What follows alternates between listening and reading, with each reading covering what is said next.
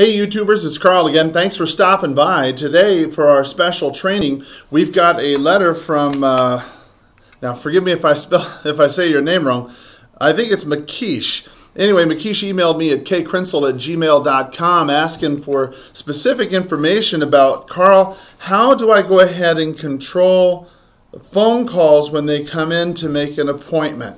So let's go ahead and try and cover that today. So basically, Makish, I think the way that we really want to look at this is there's really what we would call a four-part or a four-step approach to going ahead and gaining control of a telephone inquiry.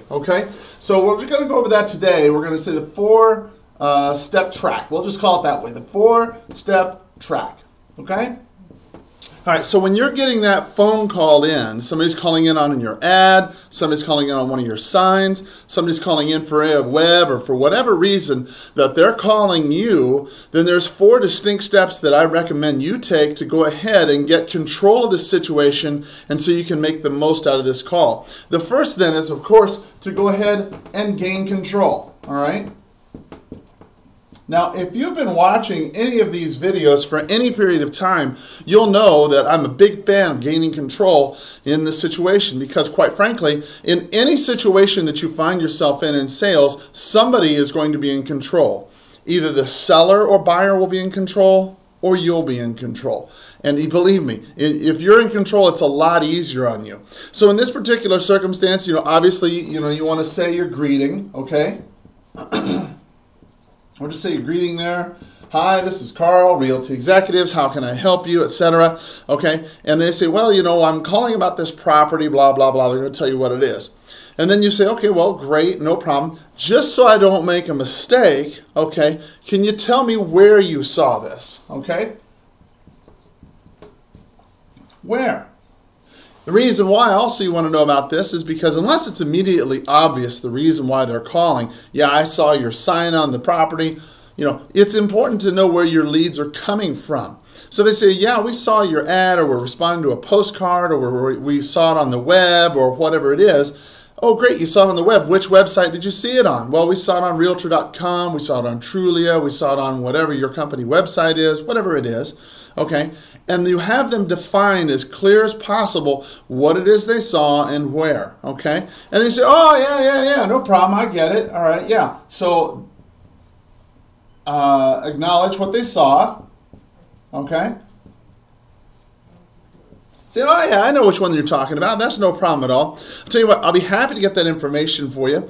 Tell you what, can I put you on hold real quick? I got to go get the file or whatever. Okay? And they say, well, yeah, sure, no problem. Because they understand that you're not going to have that information at your fingertips. And you say, okay, you know what? By the way, my name is Karl. Okay? You want to get their name. By the way, my name is Karl. I don't mean to be rude. What was your name? Oh, yeah, my name is Bill. Okay, Bill, great, no problem. Just in case we get disconnected, what's a good number to reach you at? Now, these days, a lot of times you have caller ID on your cell phone or something like that, and so you won't need to say that. But if they're coming in off the landline or something like that, or it's blocked, it's a good idea to get their numbers just in case you need to get back in touch with them. Oh, okay, yeah, I'm going to put you on hold, but just in case, what's a good number to reach out in case we get disconnected? Oh, yeah, it's 555-1212. Great. Okay, now's the time you want to go ahead and put them in hold, or put the phone down, or put it on mute, or something along those lines. The reason for that is that you want to make sure that you get their information down, and you want to make sure that your door is closed, and you want to make sure that you're fully focused for the next 2 or 3 steps that you're going to need to take to go ahead and get this information to them in a meaningful way, and to go ahead and make an appointment that's going to be really good. Okay? So now that we've gained control, we got their information, we got their number, we've got acknowledged their name, we're ready to go. Now let's step into the next step. The next step, okay, is to go ahead and qualify. All right? Qualify them to determine if they're just a looker or if they're a buyer. Okay? Now, now that you've put them on hold, okay, you're going to let it sit there for maybe 2, 3, 4, 5 seconds tops. Okay, not very long, just a couple seconds. All right, and then you say, okay, all right, hey, thanks a lot for waiting here. The information is just coming up on the screen right now. something along those lines. And while we're waiting for it, maybe I can just save you a couple minutes here. Let me ask you a couple quick questions. Okay, sure, no problem. It doesn't really matter if they say yes or no, because you're going to ask them these questions regardless. All right. These questions will help you determine if this is a serious prospect or if this is just somebody who's wasting time. You want to think of your time as worth $250 to $500 an hour. Okay, it's worth the time to go ahead and ask them some questions to see if they're worthwhile, if they're going to be a good prospect. It's worth that kind of time. But these 6 questions that I'm about to give you are going to make it the most efficient time so that you don't spend more than a minute or 2 on the phone with somebody who maybe is not qualified, okay? So the first question, all right, A, what was about this particular property that caught your eye? Okay, what was it that caught your eye?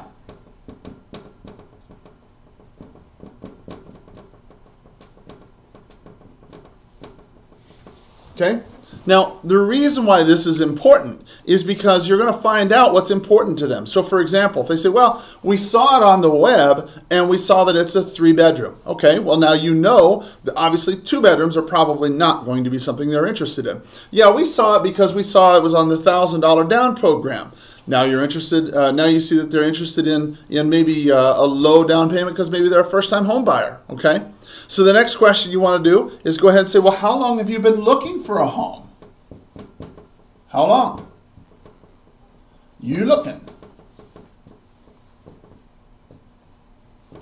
Now I acknowledge, okay, before somebody starts making me make fun of here, I know that is not proper English, but I'm just trying to get the point across. Hey, about how long you've been looking for a place, okay? This will help you understand exactly their time frame. So if they say, well, yeah, we've been looking for about 6 months, right off the bat, this is not looking good, okay? If this person's been looking for 6 months, chances are they're not all that motivated. But if they say, well, yeah, we just started last week or a couple months, maybe a couple weeks ago, maybe a month ago, then this is somebody that's early in the process, okay? Yeah, looking so far so good, okay? The next, this is super important. Are you working with any realtors?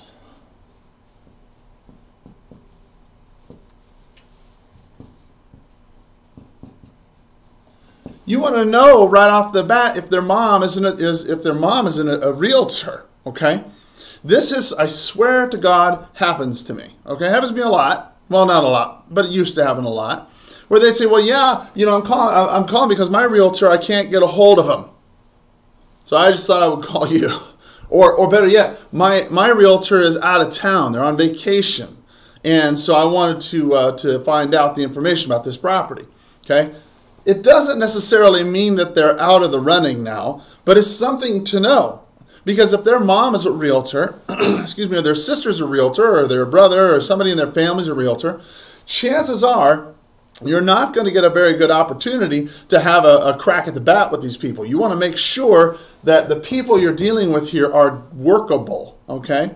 So if they are with their mom, their sister, their brother, or cousin, or whatever, say, hey, no problem, listen, this property's on the multiple listing service. They can feel free to look it up and show it to you anytime it's on Lockbox. Thanks a lot for calling. Have a great day. Click and be done with it, okay? There is no sense in spending any more time on this than you need to. Look, I understand the whole concept about customer service. I understand the concept of being polite. But look, I also understand the value of your time, and that's something you need to value as well. Okay? Now, next, if they are working with a realtor, okay, say, have you signed anything? Have you signed anything? If they're signing stuff with a realtor, a buyer-broker agreement or something along those lines, okay, then yeah, they're off limits. You can't touch them, okay? But if they have not signed a buyer-broker agreement, you've got to ask yourself, if that realtor, if that person is either like on vacation or they can't call them, they can't reach them or whatever, what caliber realtor are they dealing with? So it sounds like it's a pretty easy thing then for you to just swoop in and go ahead and make the deal happen. Because if they can't get a hold of their realtor at the moment they need it and they're calling you, then now is the time that you need to be able to go ahead, step into that realtor's plate, and then go ahead and take that. And look, I'm going to be honest with you, okay? Some of the stuff I'm telling you, sometimes you might think, I don't know if I want to step into another realtor's place. I don't know if I... Look, somebody's mortgage is getting paid, okay? Either that other realtor's mortgage is getting paid or yours is getting paid. And the fact is, I would rather have my mortgage paid than your mortgage paid any day of the week, okay? My creditors, my wife, my kids, all these other people, they want my money to come from that person. They don't want the money to go to some other realtor. So keep that in mind, all right? That other realtor is not going to think twice about taking your money. So just keep that in mind. Now, if they have signed a buyer or broker agreement, say, hey, okay, no problem. Hey, look, I'll talk to you later, all right? Have a great day. Get rid of the call, however it works, all right? The next question, all right? In the 6 questions that we're going to ask here, all right? The next question, let's see, D, all right? How many homes have you looked at? How many homes? How many homes have you taken a look at so far, do you suppose? Okay. Well, you know, we've been looking for a couple weeks. We've looked at maybe 3 or 4 homes. Okay. Great. Good. Well, we've been looking for about 6 months, and then you find out they're not working with a realtor, or they're working with a lot of realtors or something like that. You know, we've looked at about 40, 50 homes. Whew, this is something you may not want to deal with, okay? Because that's going to be, you know, a lot. Just get the answer and move on, okay? Next. E. Why didn't you buy any of these?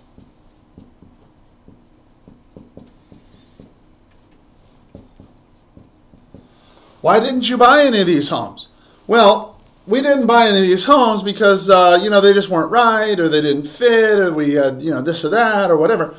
Okay, if they're giving you some vague answers here, then guys, remember, look, if a serious buyer wants to buy a home, okay, and they have a time frame, these are the people you want to deal with. You only want to deal with serious buyers.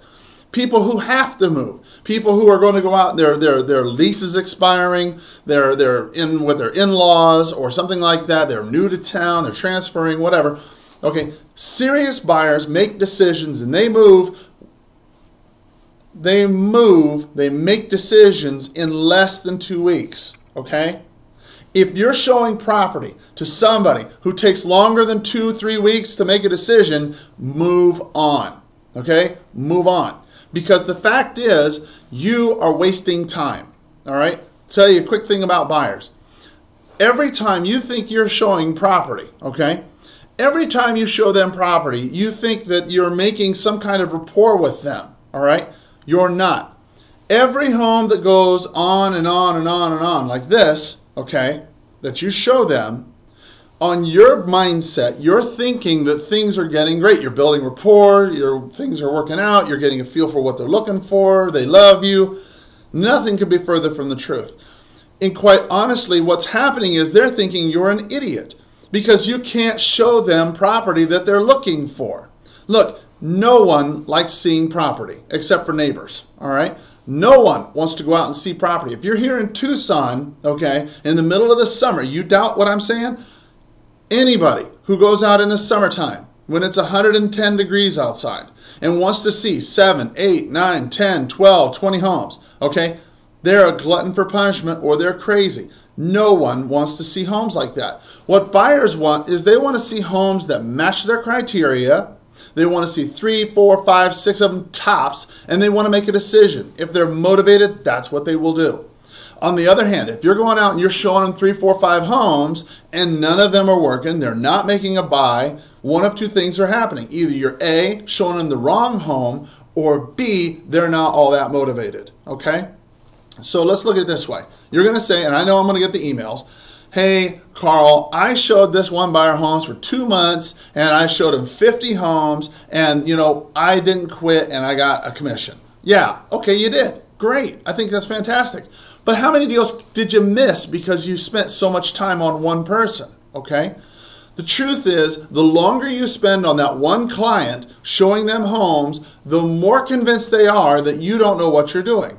And the proof positive of this is this. If you don't believe this, talk to some of your fellow realtors and ask them who've dealt with buyers. I've done this, and I'll tell you. Ask them about, hey, look, have you ever had a situation with one of your buyers that you got that the buyer said, hey, my last agent was just not showing me what I wanted. The last agent I was dealing with just showed me properties that were too expensive, that they were trying to upsell me on stuff or put me in the wrong area or the wrong type of home. I told them I wanted this or that, and they showed me this or the other. I guarantee you, someone you're in your office is telling you that, okay? I'm not just the only one. So trust me when I'm telling you, if you're showing them 5 or 6 million homes, you're doing the wrong thing. And when you ask them, why didn't you buy any of these homes? It's going to be because that's going to tell you right away how motivated they are. They're going to say, well, it didn't fit, it didn't work, it didn't this or didn't that. But if they tell you, well, we got beat out on the last 4 homes we offered on. Whoa, that's somebody you want to deal with because they're making offers, okay? So why didn't you buy? Super important question, okay? Now, now the next one, okay, is you say, well, let me ask you this. Do you own your home or are you renting? Remember, these people that you're talking to, over half of the people that you talk to will be homeowners, okay? They have frozen equity. They can't sell. All right? I'm sorry, they can't buy because they have to sell their home. So when you say, well, great, what home do you own in the area? Or are you renting? Okay? Well, we own a home over on Umpty Ump Street. Oh, fantastic. Congratulations. You must have sold your home, right? Congrats. Well, no. No, I didn't. I didn't sell my home yet. We're out looking. We don't want to put our home on the market until we actually find something we like. Oh, okay, great. Well, it's at least on the market, isn't it?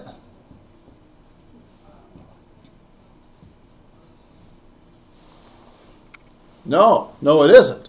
Okay. Now you're starting to get the picture here. You've got this lead that's called in. You put them on hold. You got their name. You got their number. Now you're starting to ask some conversational qualifying questions to find out what kind of person this is, what kind of person we're talking about. Are we talking about a homeowner? Are we talking about a renter? Are we talking about a looker? Are we talking about a buyer? Who are we talking to? Okay? Now, let's pretend that this person now is saying that they own a home. If they're renting a home, okay, or renting a place, then great. You want to find out, when's the lease up? Are you on a year-to-year lease? Are you on a month-to-month? How is that working out? So you can get a time frame. But if they own a home, okay, if they own a home, all right, so then you say, well, holy cow, you know, that's one of my favorites. Holy cow. You know, I got here on time. I got here just on time, right? Do you realize you could be costing yourself a small fortune? You could be costing yourself a small fortune by doing things this way. Did you know that? Now remember, the fear of loss is always a greater motivator than the opportunity to gain. If you've got a pen, you want to write that down. The fear of loss is always a greater motivator than the opportunity to gain. In other words, if you're telling them that what you're doing is going to cost you a small fortune, that's the fear of loss, that's going to motivate them a lot more than you saying, hey, you could make a lot more money if you do it this other way, okay? Because what happens is people, they don't want to lose what they have. If they don't get something that they don't already have, then it's not that big of a deal. It's like me telling you, hey, look, I'm going to give you an ice cream cone. Okay? Well, if you don't have an ice cream cone, it doesn't make a big difference. Who cares? Right? I didn't have an ice cream cone 5 minutes ago. But if I take the ice cream cone that you currently have and I say I'm going to take it from you, well, then you're going to be upset about it because you like ice cream and I have this and you're taking it from me. Same concept. You tell them that what you're going to be costing yourself a small fortune by doing it this way. Can I explain? Well, okay, yeah. All right, can I explain? Okay, can I explain? Well, yeah, I want to know a little bit more. Okay, great. All right, well, what do you think your home is worth? What do you think? Do you think? What do you think it's worth? Well, I think it's worth about $100,000. Okay, all right, great. Well, listen, now this is the part where you want to go ahead and leave them hanging. Okay, this is a cliffhanger. All right. What do you think your home is worth? Well, it's worth about $100,000. Oh, okay, great. Oh, look, the information just came up. Ha ha, great. Now I can answer any of your questions. Tell you what, I have the information you asked about. Why don't I go ahead and tell you a little bit about this house first, and then we can talk about yours. Fair enough? Remember, there's that money maker again. Fair enough. Okay. So here we are talking about that. Now you're talking about the home that they're interested in. That's the one they called in. Okay. This is step 3. Step 3. Trade information. Trade information. Okay? Your job is not to dispense information like a Pez dispenser. Okay? What they are calling about is for something that you control. All right? So this is still a dialogue. This is give and take. Okay? They ask you a question, you offer an answer, you ask them a question. They offer an answer to you. They answer a question to you, they ask a question, you answer. It's got to be give and take, okay? This continues until the caller can figure out that this house is not going to work for them. Look, 99% of the time, the phone that you're calling on, they call on your ad or whatever it is they're calling on, is not going to fit. That's why they're calling. They want to see if this is even worth a minute or two more of their time, if they should even, have this occupy any more space in her brain, right? So what you're trying to do is go ahead and say, look, what can I tell you about the property? Well, yeah, if you don't have this dominant buying motive, okay, looking for a 3-bedroom, 2-bath, we're looking for a 4-bedroom, we're looking for a foreclosed home, we're looking for X, Y, or Z, okay, we're looking for $1,000 down. They're going to start finding it out right here. Now's when you're going to find this out. If you didn't ask that in the first question and you didn't get the answer, okay, they were blowing you off or whatever, now's the time you're going to find it out. They're going to say, well, how many bedrooms does it have? Say, okay, no problem. All right, well, it has 3 bedrooms, okay? Now, be very straight. Don't mess around. Don't give them this little game of, well, it has 3 bedrooms. How many bedrooms do you need? Okay? Don't play that game. All right? People pick up on that really fast. Okay? But what you can say is something like, well, it has 3 bedrooms. Okay? And say, well, let me ask you, is that going to be enough? Okay? Don't say, how many bedrooms do you need? Is that going to be enough? Is that enough? Okay? Is that enough? You say, well, I don't know. We're looking for something a little bit bigger. Okay, great. What else can I tell you about this home? Okay? What else? Well, how many square feet does it have? Okay. Well, according to the listing, it's got 1,171 square feet. Okay. Now, is that large enough for you and your family? Now, remember, you're not saying, how many bedrooms do you need? You're not saying on square footage, how much do you need?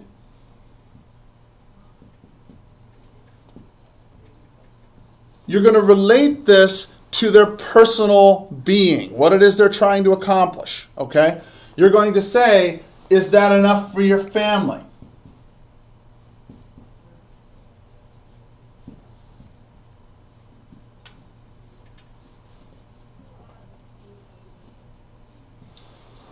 Because what happens is, if you say 3 bedrooms, and you say, well, great, how many bedrooms do you need?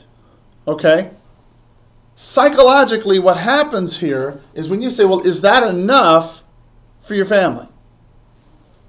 What else can I tell you? Well, how many square footage? Well, great. Not how many square feet do you need. You say, well, hey, is that enough for you and your family? Is that enough to get what you need done? Whatever it is, okay? Well, so let's say they ask, well, where's the schools? You know, what school district it is? Is that what's the local elementary or something like that? Okay, and you say, well, this one's Gridley Elementary. Okay, so in this particular case, you say, well, how old are your kids? It's a given here. Okay, look, anytime you can get close to their family, all right, you're talking their language. They're not talking square footage. They're not talking price per square foot. That's realtor speak, okay? They're asking questions based upon their needs, and their needs more often than not are with their family. Unless it's an investor, then your questions are much different. You know, things about, you know, what kind of cap rates are you looking at? What kind of cash flow are you looking for? Then that's different. But you always want to talk in the language that the buyer is talking in. And in this case, the buyer is talking about a home in a school district, which you know they're talking about for the kids. So ask them about their kids, okay? So how old are your kids? Well, 8 or 10. Okay, fantastic. That's wonderful, all right?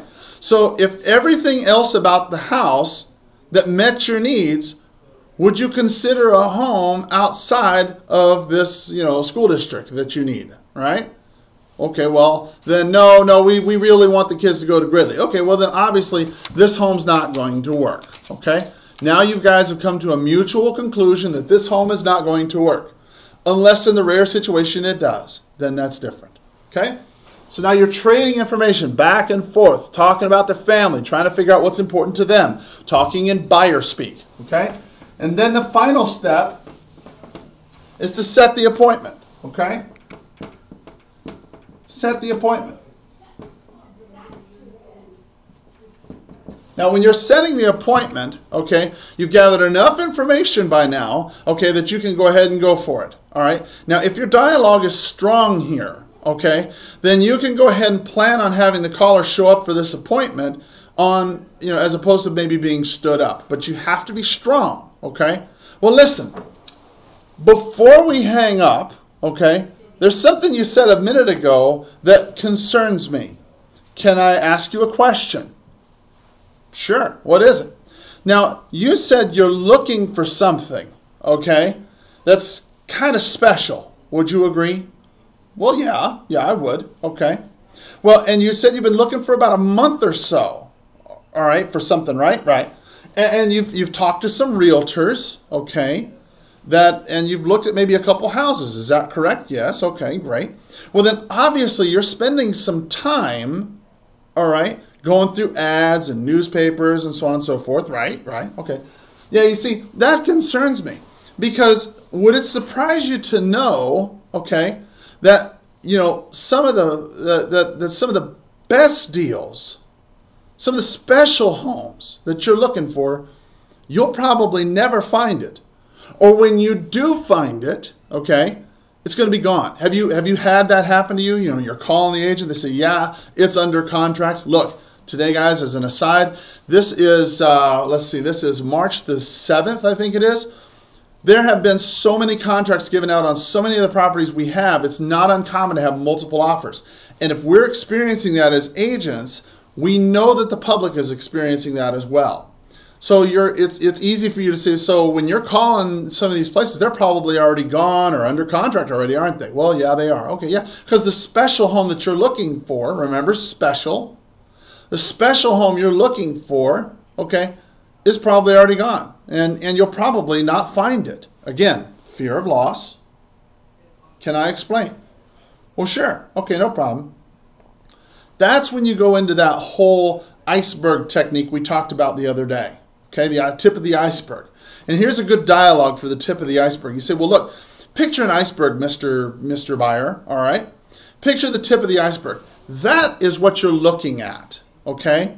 You see, I don't know if you're aware of this or not, but only 1% of the homes that are available for sale on any given day are advertised in the day, in the paper, meaning that 99% of the available properties for sale are not available, okay? They're just not available to the public. So what you're seeing is only a tiny sample, just a tiny sample of what's truly out there, okay? Now, did you know it was that bad? No, No, I didn't know that was bad. Okay, yeah, absolutely. And that's not the worst part. Now, this is where you guys may want to rewind this and kind of go over it a couple times, because you got to get this dialogue down right, because this is all acting, okay? Because you see, that's not the worst part, Mr. Buyer. May I tell you what the worst part is? Well, no. Well, what is it? You see, the special properties, like the one you're talking about, we usually don't even advertise those. May I tell you who buys those? Well, yeah, who buys those? Yeah, you see, our direct clients. You see, are you serious about finding the right home at the right price? Now think this through. Who's going to say no to that? Okay? Well, yeah, I am interested in going ahead and getting the right home at the right price. Great. Well, I'll tell you what. Let's do this. Let's get together. Let's come into the office. I'll show you exactly all of the iceberg. I'll show you all of the ones that are available. That way you have a pick of the best available at any given time, and you can stop the madness of going around. Now, I can meet with you Monday at 2, or I can meet with you today at 4. Which would be better for you? Give them an alternative choice. The reason why you want to try and meet them as soon as possible, again, like we mentioned in the previous one, is to go ahead and get them to not change their mind. So, hopefully this has been helpful to you. This 4-track series will be a little bit more beneficial to help you convert that sign call to get them into the property, or I'm sorry, to get them to meet you and get your sale happening right away. Anyway, thanks for stopping by. I really appreciate it. I'm sorry for the long video here, but I wanted to go ahead and make sure that you got all the information I could on this very important topic. Now, what we'll talk about here in the upcoming days, of course, is like we talked about with the house a little while ago, how you're saving a small fortune by doing it this way. If I can remember it, I'll be sure to go ahead and cover that tomorrow. I don't want to leave you hanging. So anyway, if you like what you saw today, feel free to go ahead and like, subscribe, comment down at the bottom section below, and then we will go ahead and look forward to talking to you another day. If you have any other questions about another property, then feel free to go, about any one of our, I'm still prospecting, any one of our videos, or if you have a topic you'd like me to go ahead and talk about, then feel free to shoot me an email at Krentzel, that's KKREN as in November, TZEL at gmail.com, and I'll be sure to go ahead and cover that topic or that question as best as I can. Thanks a lot for calling. Will you take care and have a wonderful, great selling day. Bye-bye.